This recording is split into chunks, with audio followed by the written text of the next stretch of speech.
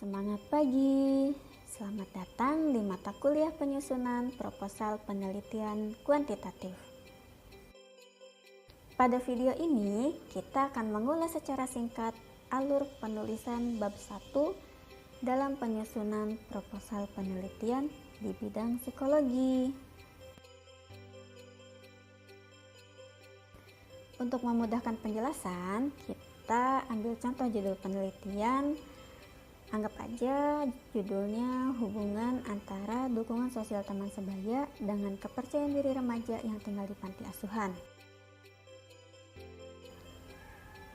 Permasalahan pada judul ini adalah kepercayaan diri remaja, faktor yang mempengaruhinya dukungan sosial teman sebaya, dan subjeknya adalah remaja yang tinggal di panti asuhan. Poin A, latar belakang permasalahan akan berisikan tentang latar permasalahan.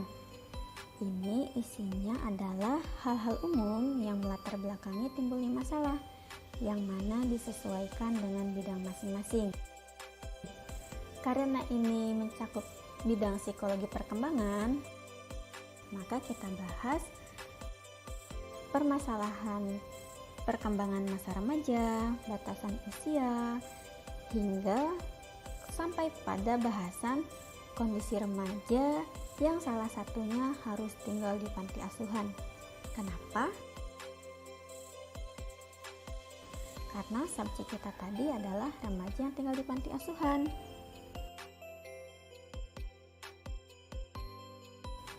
Nah, dari mana kita bisa mendapatkan data-data tentang ini? Kita bisa mendapatkannya dengan mengutip teori-teori dari buku psikologi perkembangan atau web resmi pemerintah untuk mendapatkan data-datanya. Kemudian kita bahas sumber permasalahannya, siapa yang punya masalah, kemudian permasalahan remaja yang tinggal di panti asuhan itu apa aja, sampai muncul salah satunya adalah permasalahan kepercayaan diri. Kita bisa mencari sumbernya itu dari hasil-hasil penelitian sebelumnya atau data-data di lapangan, bisa berupa hasil observasi atau wawancara. Baru kemudian kita jelaskan kepercayaan diri itu apa.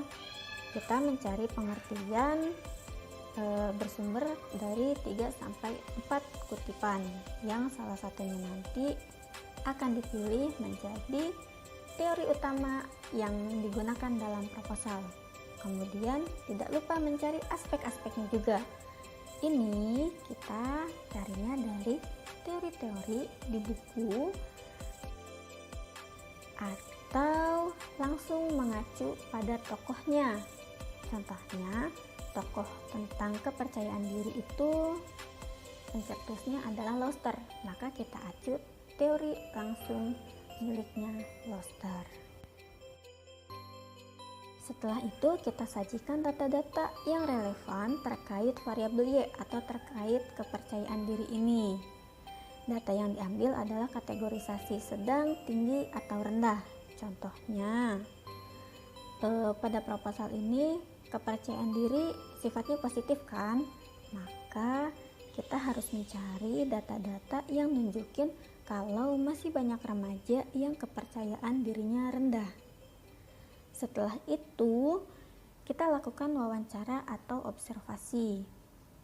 Ini untuk memberikan data khusus dalam proposal. Dalam penulisannya, kita harus menyajikan siapa yang melakukan wawancara atau observasi, kapan, di mana, pada siapa.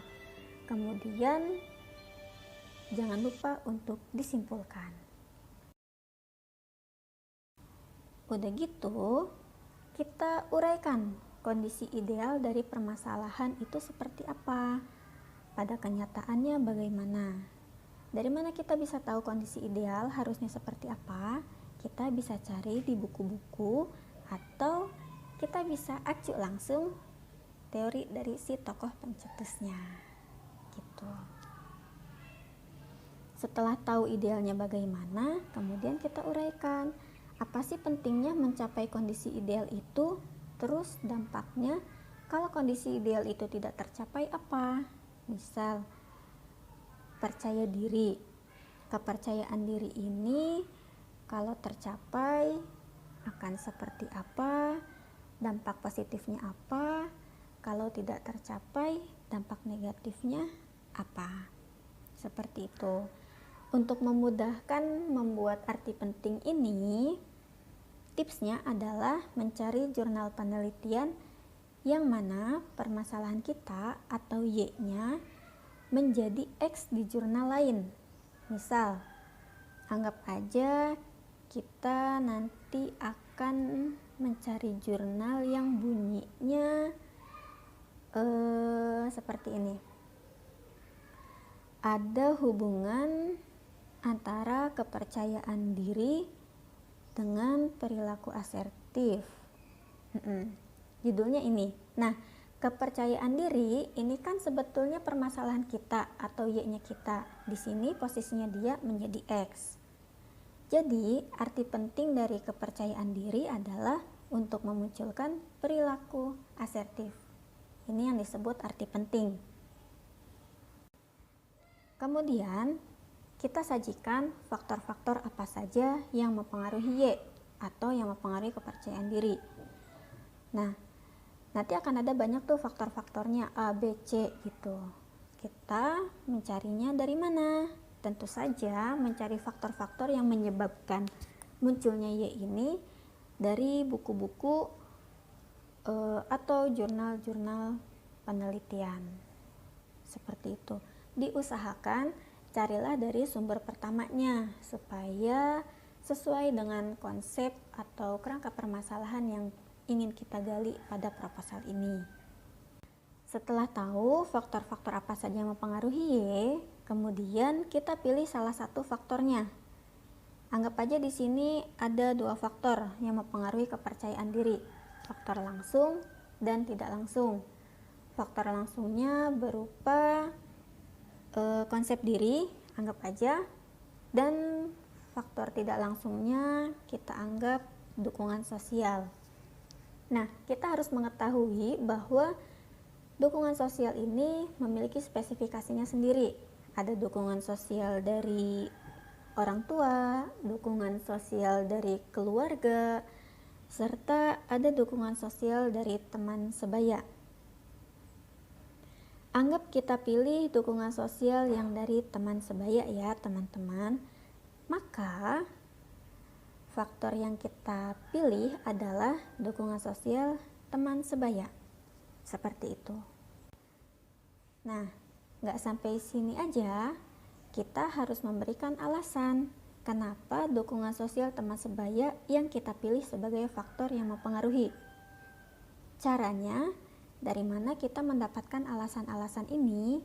Maka kita bisa mengacu pada teori-teori atau bisa dari hasil penelitian dari jurnal-jurnal, atau bisa juga kita mendapatkan dari fakta-fakta di lapangan atau berupa hasil observasi dan wawancara. Setelah mendapatkan alasan, maka kemudian kita menguraikan definisi dari variabel X. Definisinya dukungan sosial teman sebaya itu apa?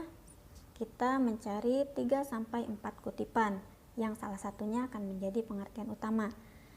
Udah gitu, kita cari aspek-aspeknya juga. Sama seperti Y tadi. Kita mencari aspek-aspek dukungan sosial teman sebaya. Kemudian sumbernya dari mana? Untuk mendapatkan dukungan sosial teman sebaya, pengertiannya kita bisa mengacu pada buku-buku tentang teori psikologi sosial atau jurnal penelitian yang bersumber dari tokohnya. Misal di sini Sarafino, tokoh dari dukungan sosial. Setelah itu, kita sajikan dinamikanya. Dinamika itu isinya apa? Dinamika itu berbunyi tentang bagaimana permasalahan kita, kepercayaan diri, dipengaruhi oleh X, yaitu dukungan sosial teman sebaya.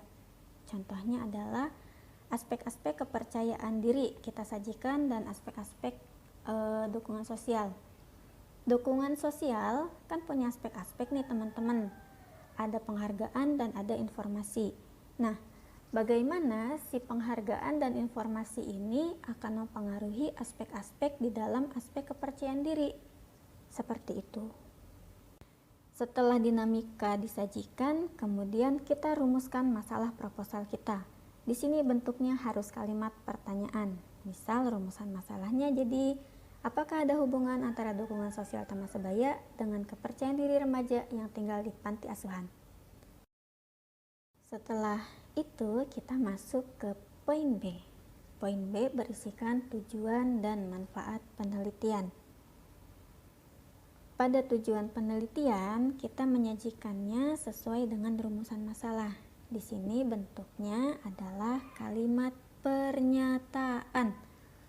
Contoh, tujuan penelitian kita dalam proposal ini adalah untuk mengetahui hubungan antara dukungan sosial teman sebaya dengan kepercayaan diri remaja yang tinggal di panti asuhan. Adapun manfaat penelitiannya itu terbagi menjadi dua. Pertama, manfaat teoritis.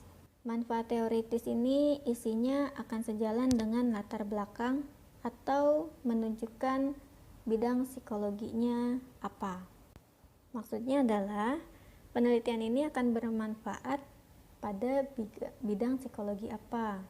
Kalau dalam proposal ini contoh kita tadi, maka bermanfaat dalam bidang psikologi perkembangan. Kemudian yang kedua adalah manfaat praktis. Secara praktis, proposal ini bermanfaat bagi siapa? Di sini akan terbagi menjadi beberapa, yaitu apakah bermanfaat bagi penelitian berikutnya atau bagi para pembaca atau pihak-pihak tertentu.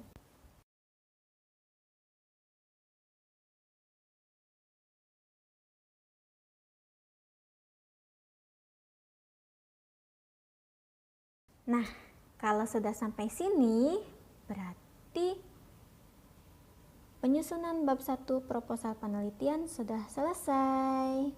Teman-teman tetap semangat dan pantang menyerah ya. Terima kasih. Sampai jumpa di video selanjutnya.